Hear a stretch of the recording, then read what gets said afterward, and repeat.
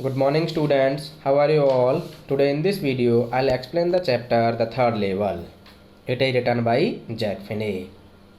In the previous video, I told you the summary of the chapter. So first of all, let me explain the title of the story, The Third Level. Here third level refers to one of the level of New York Central Railway Station. Fine. Actually there are only two levels, but the protagonist feels that there are three levels. Fine. So let's begin the explanation of the chapter.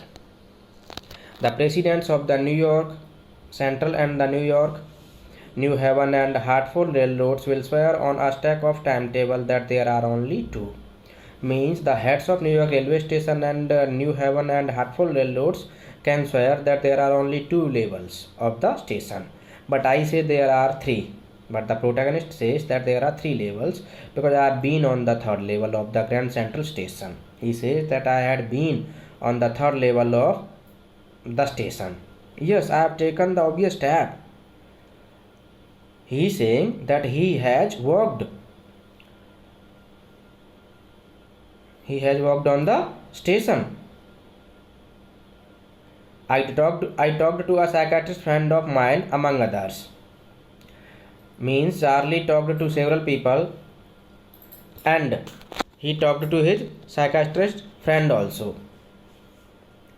I told him about the third level at Grand Central Station. The incident that he experienced, he described to his friend. And he said, it was a waking dream wish fulfillment.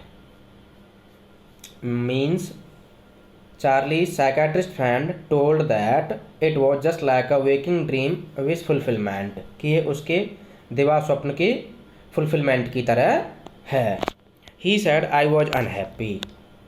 The psychiatrist suggested that Charlie was unhappy. That made my wife kind of mad. जिसकी वजह से उसकी wife यानी Charlie की wife क्या हो गई थी, एक तरीके से पागल सी हो गई थी. But he explained that he meant the modern world is full of insecurity.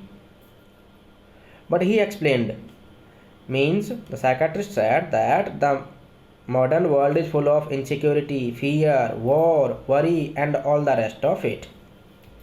And that I just want to escape. We all know that modern world is full of worries, tension, strain, insecurity, fear, war. And according to the psychiatrist, Charlie just want to escape such kind of problems. Well, who doesn't? कौन नहीं चाहता? हर कोई चाहता है. Everybody I know wants to escape. Each and everyone I know wants to escape from such kind of problems, but they don't wander down into any third level at Grand Central Station. But people do not roam about at any third level at Grand Central Station. यानी लोग बचना तो चाहते हैं, लेकिन कोई भी व्यक्ति जो है इस तरीके की कहानी नहीं गढ़ता. यानी कोई भी व्यक्ति इस तरीके से थर्ड लेवल पर वांडर नहीं करता, भटकता नहीं है. But that is the reason, he said, and my friends all agreed. Means the reason the psychiatrist told that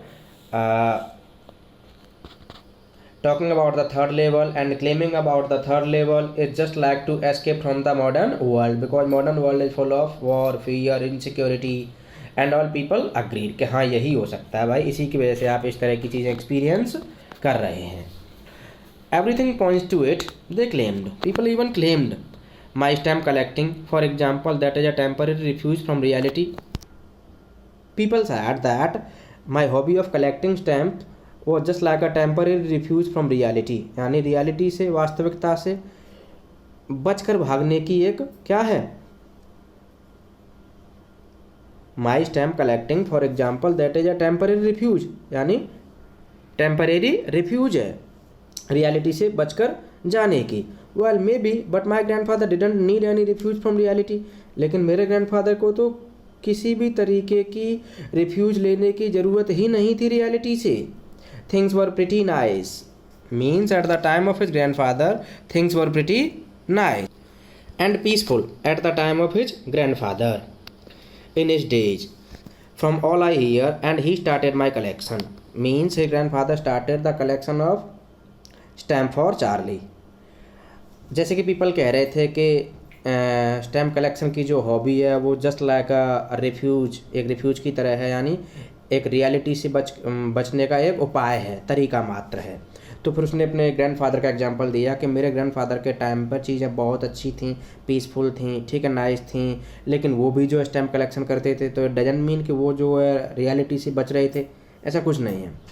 it's a nice collection too, यानी जो कलेक्शन उसने कर रखा है वो बड़ा अच्छा कलेक्शन है। ब्लॉक्स ऑफ 4 और प्रैक्टिकली एवरी यूएस इशू, यानी इसमें 4 ब्लॉक्स हैं यूएस इशू के।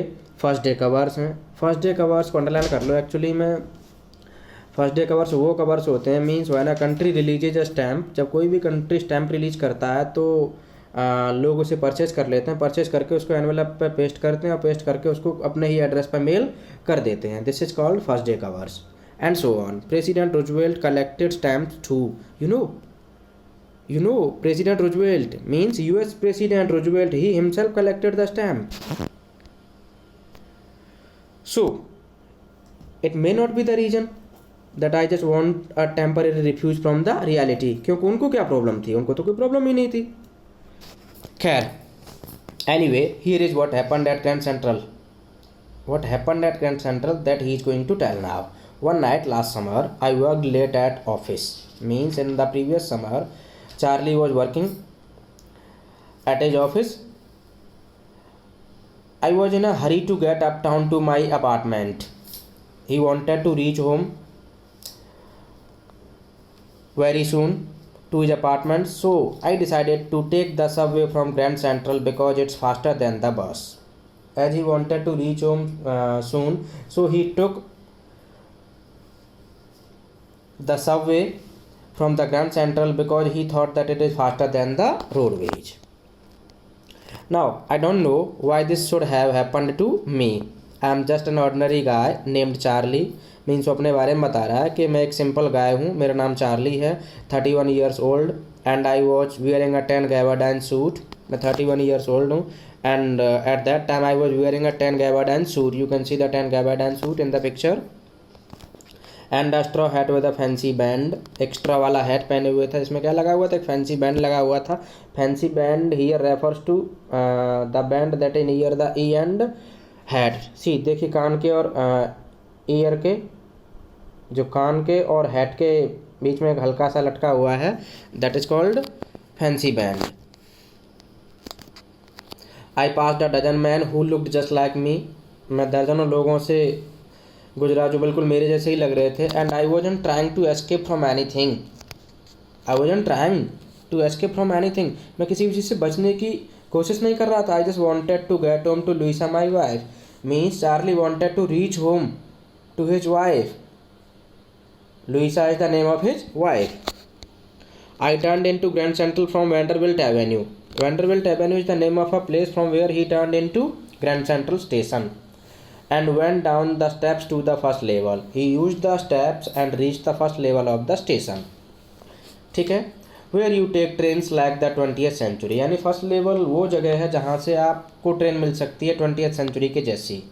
Then I walked down another flight to the second level, यानी Charlie later used another stairs and he reached at the second level of the station. Station के second level पर पहुँच गया। ठीक है, where the suburban trains leave from, यानी ये वो लेवल है जहाँ से उपनगरीय ट्रेन्स छूटती हैं। Ducked in to N arch doorway, यानी एक मेहराबदार दरवाजे में बैंड होता हुआ, heading for the Subway, Subway की ओर बढ़ता हुआ, एंड गॉट लॉस्ट, यानी जैसे ही मैं एक मेहराबदार दरवाजे में झुक करके एंटर हुआ और जैसे ही मैं सबवे में पहुँचा तुरंत मैं क्या हो गया, गुम हो गया। ठीक है, that is easy to do, ये ईजी है इस तरीके से किसी भी व्यक्ति का लॉस्ट हो जाना। I have been in and out of Grand Central hundreds of times, वो चार्ली बता रहा है कि ग्रैंड सेंट्रल रेलवे स्टेशन पर मैं सैकड़ों बार गया हूँ और आया हूँ। But I am always bumping into new doorways and stairs and outdoors, लेकिन हर बार मैं नए डोरवेज में और नई नई स्टेयर्स पर, नए नए कॉरिडोर में आता हूँ, यानी हर बार मुझे चीज़ें नई नई दिखाई देती हैं। कॉरिडोर, डोरवेज अलग अलग दिखाई देते हैं, एंड स्टेयर्स भी अलग दिखाई देती हैं। Once I got into a tunnel, एक बार क्या हुआ था कि मैं एक टनल में एंटर कर गया था, अबाउट अ माइल लॉन्ग, जो कितनी लंबी थी, अ mile, and came out in the lobby of the Roosevelt hotel, as he entered the tunnel and when he came out he found himself in the lobby of the Roosevelt Hotel, यानी अपने आप को Roosevelt hotel की lobby में पाया. Another time I came up in an office building on 46th street, यानी एक बार क्या हुआ था कि मैं 46 स्ट्रीट की ऑफिस बिल्डिंग में निकला उसी टनल के through 3 blocks away. Sometimes I think Grand Central is growing like a tree. Sometimes I feel that the station is growing like a tree, pushing out new corridors and staircases like roots. यानी जैसे कि इसके corridors और इसकी staircases बढ़ रहे हैं like roots. किसकी तरह? रूट्स की तरह. There is probably a long tunnel that nobody knows about, feeling its way under the city right now. यानी प्रोबेबली एक लॉन्ग टनल है जिसके बारे में कोई नहीं जानता है. Feeling it's way under the city right now on it's way two times square, यानी जिससे कहाँ पर जा सकते हो आप? टाइम्स स्क्वायर में जा सकते हो. Times Square is the name of a place. It is the busiest place of New York. Fine. And maybe another two Central Park, यानी हो सकता है कि दूसरा रास्ता इसका कहाँ जाता हो? सेंट्रल पार्क की ओर जाता हो. And maybe because for so many people through the years Grand Central has been an exit, और हो सकता है बहुत सारे लोगों के लिए ग्रैंड सेंट्रल एक बाहर जाने का भी हैज़ बीन एन एग्जिट, यानी ग्रैंड सेंट्रल बाहर जाने का रास्ता हो. अ वे ऑफ एस्केप, बचने का एक तरीका हो. May be that is how the tunnel I got into, हो सकता है जिस टनल में मैं प्रवेश किया था वो एक ऐसा ही तरीका हो. But I never told my psychiatrist friend about that idea, यानी इस आइडिया के बारे में चार्ली ने अपने साइकेट्रिस्ट फ्रेंड से कोई भी डिस्कशन नहीं किया.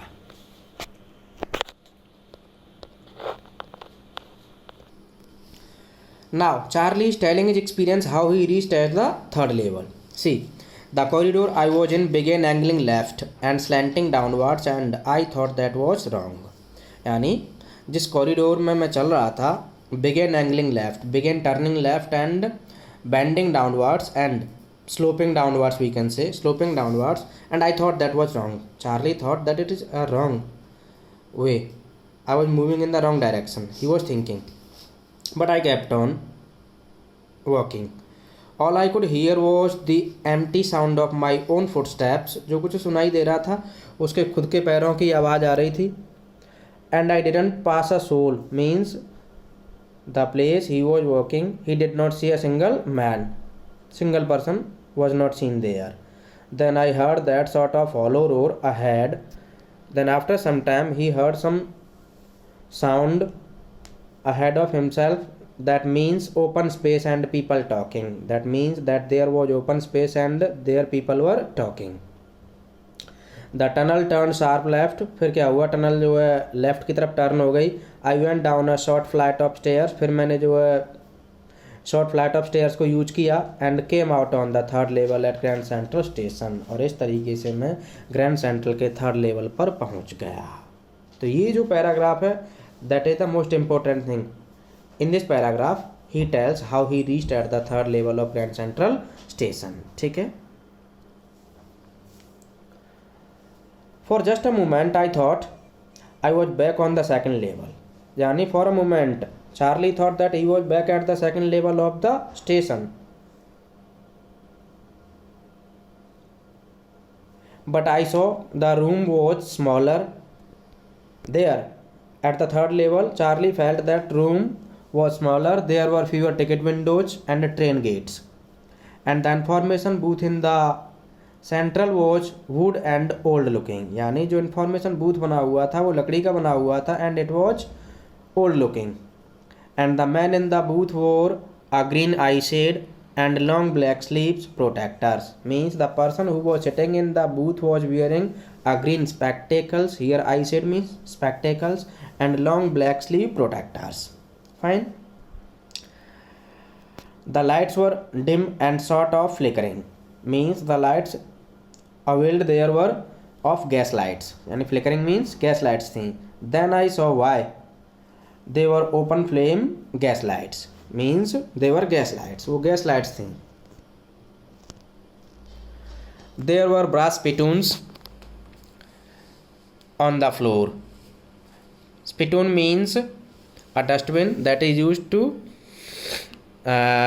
spit, मीन्स थूकने के लिए जिस डस्टबिन का यूज किया जाता है that is known as स्पिटून्स.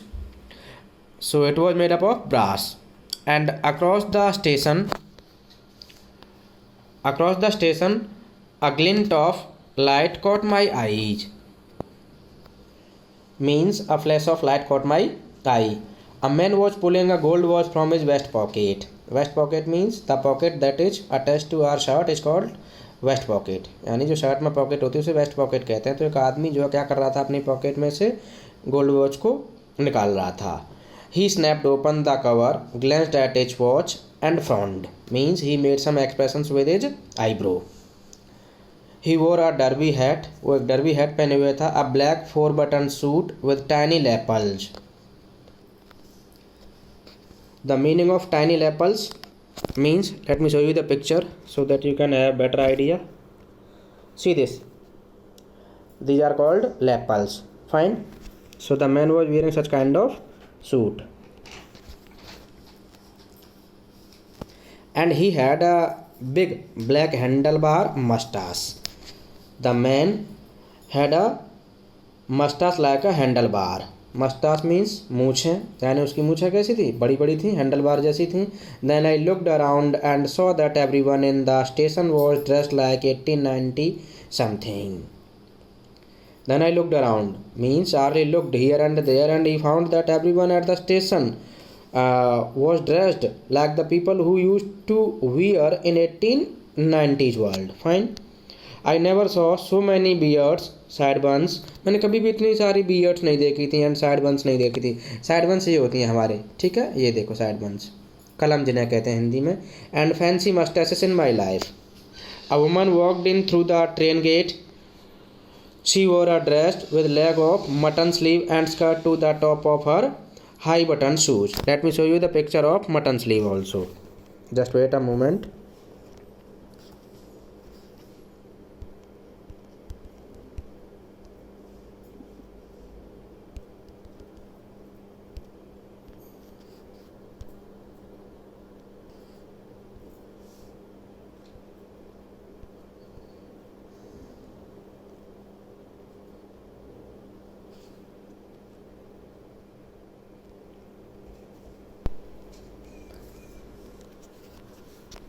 See here, you can see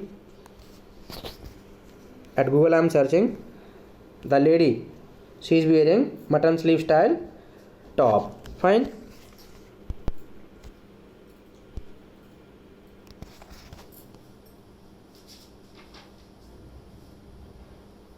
And skirts to the top of her high button shoes.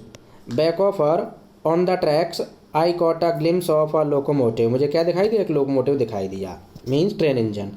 A very small courier and edge locomotive with a funnel shaped stack. And then I knew. To make sure, I walked over to a newsboy and glanced at the stack of papers at his feet. Means, to make it sure, the narrator went to a newspaper boy. Newsboy means newspaper boy and glanced at the stack of papers at his feet. Means उसके पैरों के पास उसने क्या देखा, newspaper का एक ढेर देखा. Here you can see in the picture. It was the World. What was the name of the newspaper? The World. And the World hasn't been published for years.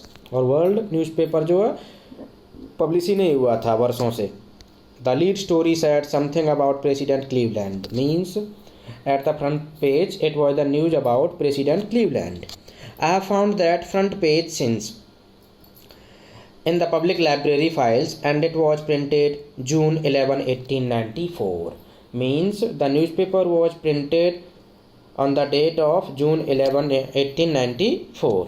I turned towards the ticket window, knowing that here on the third level at Grand Central I could buy tickets that would take Louisa and me anywhere in the United States we wanted to go.